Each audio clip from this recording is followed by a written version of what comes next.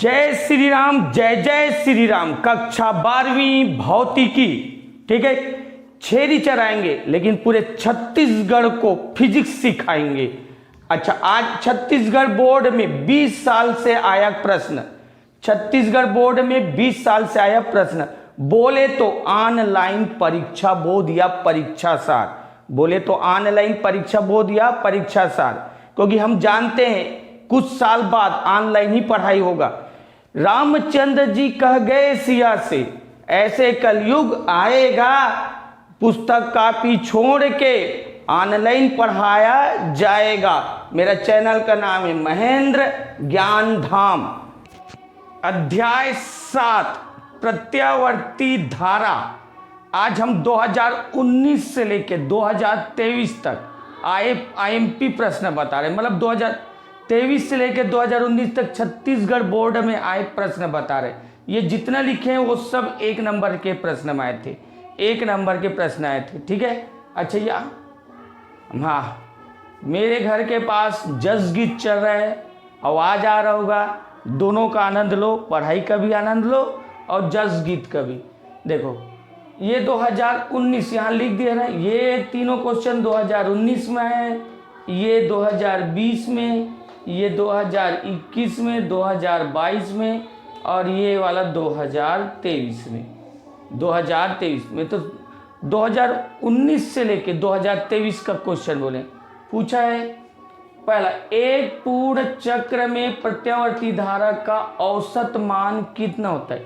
एक पूर्ण चक्र में प्रत्यावर्ती धारा का औसत मान कितना होता है? 0 होता है। क्यों?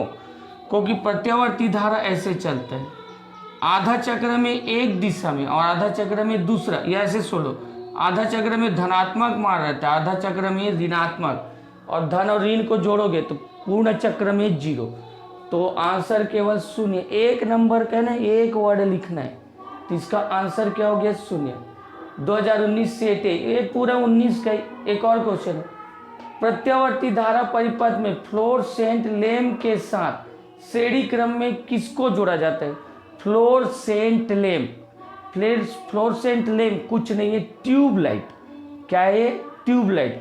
अच्छा, चौक कुंडली जाके पढ़ना, ट्यूबलाइट में वहाँ बताएं। ट्यूबलाइट में इतना बड़ा जोड़ा रहते हैं, आयताकार डब्बा होता है, माचिस से 3-4 गुना बड़ा, माचिस डब्बा से 3-4 गुना बड़ा, वो क्या है? चौक कुंडली। तो ट्यूबलाइट में क्या जुड़ा रहता है? चौक कुंडली। तो कठिन ये फ्लोरोसेंट लैंप है ना, क्या वर्ड कठिन है? Fluorescent lamp. सिंपल में उसका मतलब क्या है? ट्यूबलाइट। तो ट्यूबलाइट के साथ कौन जुड़ा रहता है? चौक कुंडली। बिंदु चुंबकीय प्रेरण से क्या अभिप्राय है? ये 1 नंबर में पूछा, जबकि ये बड़ा क्वेश्चन है। तो सिंपल लिख दे, जब भी कुंडली के बद्ध चुंबकीय फ्लक्स में परिवर्तन होता है तो कुंडली में प्रेरित धारा उत्पन्न होता है, इसे ही विद्युत चुंबकीय प्रेरण कहते हैं। जब भी कुंडली के बद्ध चुंबकीय फ्लक्स में परिवर्तन होता है तो कुंडली में प्रेरित धारा उत्पन्न होता है, इसी है विद्युत चुंबकीय प्रेरण कहते हैं। ये तुम्हारा लिख दिया गया 2019 सेट बी में पूछा। अच्छा, अब इधर देखो 2020 का देख रहे हैं, दिष्ट धारा के लिए संधारित्र प्रतिघात कितना होता है? दिष्ट धारा के लिए संधारित्र प्रतिघात कितना होता है? ये अनंत होता है, याद रखना। दिष्ट धारा के लिए ये कितना होता है? अनंत। और यही दिष्ट धारा के लिए ये प्रेरकी प्रतिघात, संधारित्र प्रतिघात तो अनंत होता है, वही दिष्ट धारा के लिए प्रेरकी प्रतिघात 0 होता है। तो संधारित्र प्रतिघात अनंत और प्रेरकी प्रतिघात 0। 1 नंबर में पूछा जाता है ना। आगे पूछा, प्रत्यावर्ती धारा का शिखर मान I0 है, तो इसका वर्ग माध्यमूल मान, वर्ग माध्यमूल मान मतलब रूट मीन स्क्वायर। तो IRMS पूछे, रूट मीन स्क्वायर, R मतलब रूट, मीन स्क्वायर, IRMS तो I0/√2। ये सूत्र पूछा था, ठीक है। मान कितना होगा? तो ये सूत्र पूछा 2020 सेट सी में। तो ये तुम्हारा तीनों 20 का है। अच्छा, ये 21 में पूछा है, विशुद्ध प्रतिरोध युक्त AC परिपथ में वोल्टता तथा धारा के बीच कालांतर कितना है? अच्छा, इसको यहाँ से याद रखो, धारा हमेशा इधर जाता है और इधर VR जाता है और इधर VC जाता है और इधर VL। तो यहाँ पूछा धारा और ये प्रतिरोध, विशुद्ध प्रतिरोध बोला है ना, तो प्रतिरोध और धारा के बीच पूछे, प्रतिरोध और धारा दोनों एक ही दिशा में तो कलांतर शून्य है। विशुद्ध प्रतिरोध युक्त एसी परिपथ में उल्टा और धारा के बीच कलांतर कितना होता है, तो ये दोनों एक ही दिशा में, धारा शून्य। अच्छा यहाँ पर पूछा है विशुद्ध प्रेरकत्व तो एसी प्रेरक पूछा है, क्या पूछा है, प्रेरक, तो ये प्रेरक ये है और धारा इसके और इसके बीच पूरा है, तो यहाँ देखो π/2 का कोण है, इनके बीच कलांतर कितना है, π/2, तो इसका आंसर होगा π/2।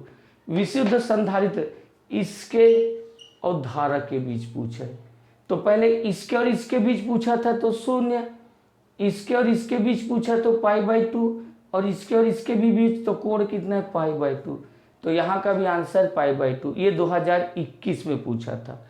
2022 में पूछा है फैराडे के विद्युत चुंबकीय प्रेरण संबंधी नियम, फैराडे के विद्युत चुंबकीय प्रेरण संबंधी द्वितीय नियम, फैराडे के विद्युत चुंबकीय प्रेरण संबंधी प्रथम नियम और लेंज का नियम, तो ये दे by set A, by set B, by set C, तीनों सेट में पूछा था।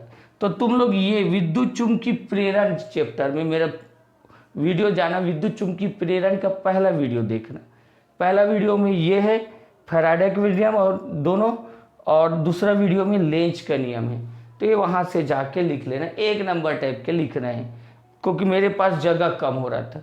अच्छा यहाँ पर बोला है प्रेरकीय प्रतिघात क्या है, इसका एसआई मात्रक, 2023 में इससे पूछे प्रेरकीय प्रतिघात क्या है, इसका एसआई मात्रक। अच्छा ध्यान से सुनो, प्रेरकीय प्रतिघात, ये प्रेरकत्व एल जुड़ा है, तो ये जो प्रेरकत्व एल जो है, प्रेरकत्व एल प्रत्यावर्ती धारा के मार्ग में जो रुकावट डालता है, प्रेरकत्व एल प्रत्यावर्ती धारा के मार्ग में जो रुकावट डालता है उसे प्रेरकीय प्रतिघात, ये लिख दिए, प्रेरकत्व एल प्रत्यावर्ती धारा के मार्ग में जो रुकावट डालता है इसे ही प्रेरकीय प्रतिघात XC कहते हैं। इसका एसआई मात्रक ओम है, इसका एसआई मात्रक ओम है। अगला क्वेश्चन है प्रतिबाधा क्या है, इसका एसआई मात्रक लिखिए, प्रतिबाधा क्या है, इसका एसआई मात्रक। तो अच्छा देख, तीन चीज होते हैं, ये प्रतिरोध R, प्रेरकत्व L और संधारित्र C, तीनों हो या तीनों में से कोई दो हो, प्रतिरोध R, प्रेरकत्व L, संधारित्र C, तीनों या तीनों में से कोई दो हो तो प्रतिरोध को ही प्रतिबाधा कहते हैं। तो ऐसा लिख दे, प्रतिरोध R, प्रेरकत्व L, संधारित्र C, तीनों या तीनों में से कोई दो धारा के मार्ग में जो रुकावट डालते हैं उसे प्रतिबाधा Z से दर्शाते हैं, और इसे एक Z से दर्शाते, इसका एसआई मात्रक ओम। देखो प्रतिरोध का तो एसआई मात्रक ओम है, तो रुकावट है ओम है। अगला क्वेश्चन ये है धारिती प्रतिघात क्या है, इसका एसआई मात्रक क्या है, धारिती। देख प्रेरकत्व वाला प्रेरकीय प्रतिघात और संधारित्र वाला धारिती प्रतिघात, तो लिख दे सिंपल, संधारित्र C प्रत्यावर्ती धारा के मार्ग में जो रुकावट डालता है, संधारित्र C प्रत्यावर्ती धारा मार्ग में जो रुकावट डालता है उसे धारिती प्रतिघात XC कहते हैं, इसका एसआई मात्रक ओम है।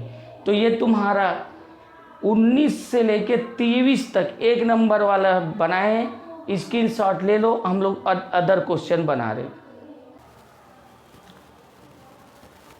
2019 से 23 तक का प्रश्न आया वो बना रहे हैं। ये क्वेश्चन आया था पैराग्राफ टाइप का क्वेश्चन है, ये क्वेश्चन 2019, 2021, 22, ये 2019 और 23 पैरा टाइप ग्राफ टाइप के क्वेश्चन है।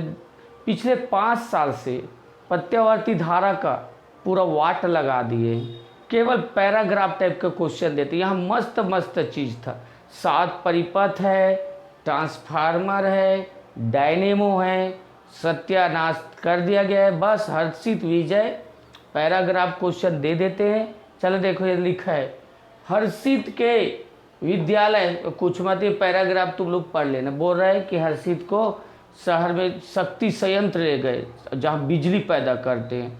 कहाँ ले गए? बिजली पैदा। तो हर्षित का ये सवाल था, क्या सवाल था? प्रत्यावर्ती वोल्टता का उच्च या निम्न करने की युक्ति का नाम। अरे वो कौन सा उपकरण है जिससे प्रत्यावर्ती वोल्टेज को कम ज़्यादा करते? तो ट्रांसफार्मर। कम ज़्यादा करते वो क्या उपकरण का नाम क्या है? ट्रांसफार्मर। बोले इस युक्ति में शक्ति क्षय होने के कारण लिख दे। और हर उपकरण में शक्ति का क्षय होता है, लेकिन इसमें शक्ति क्षय किसके कारण होता है? तो तुम्हारा ताम्रह्रास, लौहह्रास, शैथिल्यह्रास, विद्युत चुंबकीय फ्लक्स क्षरण। अगर इसको समझना है तो हमारा ट्रांसफार्मर का वीडियो देख लेना, वहाँ अच्छे से समझा दिए। अब ये तो फेकोलॉजी क्वेश्चन है। हर्षित और शिक्षक द्वारा प्रदर्शित मूल्यों का उल्लेख कीजिए। तो फेंक दो। बढ़िया बढ़िया, वो एकदम हर्षित पढ़ने लिखने वाला लड़का है, भयानक जिज्ञासु है, जागरूकता है, वैज्ञानिक सोच रहता है। साला फालतू आदमी है। क्वेश्चन बनाने वाला टीचर भी फालतू है और ये सोच भी फालतू है। ठीक है, अच्छा चैप्टर का सत्यानाश करके रखे 5 साल से। अब देख, ये 2019 में आया था तो वंदना आया था। 2023 में जब आया तो यहाँ उमेश कर दिया। बस क्वेश्चन नहीं मिला, वो टूरा को टूरी बना दिया, अरे सॉरी टूरी को टूरा बना दिया, पैराग्राफ चेंज कर दिया। वैसे एक और क्वेश्चन है, वो तुम मैं लिखा नहीं हो, जगह नहीं हुआ है। वो बोलता है बिजली का करंट मारेगा तो चप्पल पहन के जाना। तो पिछले साल विजय आ गया था, उसके पहले वो साला अमित आया था। उसी में नाम जैसे अभी वंदना और उमेश, तो तुम वो वाला देख लेना। यहाँ पर लिख दिया है कि वो जो छात्र था, जो भी वंदना, वो देखा ऐसे दोलन कर रहा है। दोलन करते हुए चुंबक के नीचे धातु का प्लेट ले गया तो चुंबक का दोलन रुक गया। ऐसे देख, ये चुंबक दोलन कर रहा था, उसके नीचे क्या लाया गया? धातु का प्लेट। तो चुंबक का दोलन क्या हो गया? रुक गया। तो इसमें वंदना को बड़ा सरप्राइज लगा। तो कारण क्या? ध्यान से सुन लो। दोलन करते चुंबक के नीचे धातु का प्लेट रखोगे तो रुक जाएगा, क्योंकि धातु के प्लेट के बद्ध चुंबकीय फ्लक्स में परिवर्तन होता है और वहाँ भंवर धारा उत्पन्न होता है। और भंवर धारा उस कारण का विरोध करता है जिस कारण से स्वयं उत्पन्न होता है, या ऐसे भी हो सकता है बद्ध चुंबकीय फ्लक्स में परिवर्तन हुआ, वो उस कारण का विरोध करता है, तो दोलन का विरोध करता है, तो दोलन क्या हो जाता है? रुक जाए। फिर आगे पूछा था, देख, धातु के प्लेट में उत्पन्न धारा के नाम 2 गुण। तो धारा का नाम था भंवर धारा, उसके गुण 2 गुण उष्मीय गुण। भंवर धारा के कारण धातु का प्लेट गर्म हो जाते हैं, तो कौन सा गुण? उष्मीय गुण। और भंवर धारा के कारण दोलन क्या हो गया था? रुक गया था, तो अवरोधक गुण। अब प्रतिरोध बढ़ाने पर भंवर धारा कम हो जाता है। क्वेश्चन में था भंवर धारा को कम करने के उपाय। क्वेश्चन पढ़ लेना। वंदना और शिक्षक के फालतू गुणों का लिखिए बोले तो लिख देने दे। जागरूकता, जिज्ञासा, वैज्ञानिक सोच। अच्छा, ये तुम्हारा स्क्रीनशॉट ले लो। ये 2019 से 2023 तक 1 नंबर और 4 नंबर में आए क्वेश्चन है इस अध्याय का। स्क्रीनशॉट ले लो। अच्छा लगा मेरा ये चैनल सब्सक्राइब करें, बेल आइकन जरूर दबाइएगा। आप सभी को मेरी ढेर सारी शुभकामनाएं।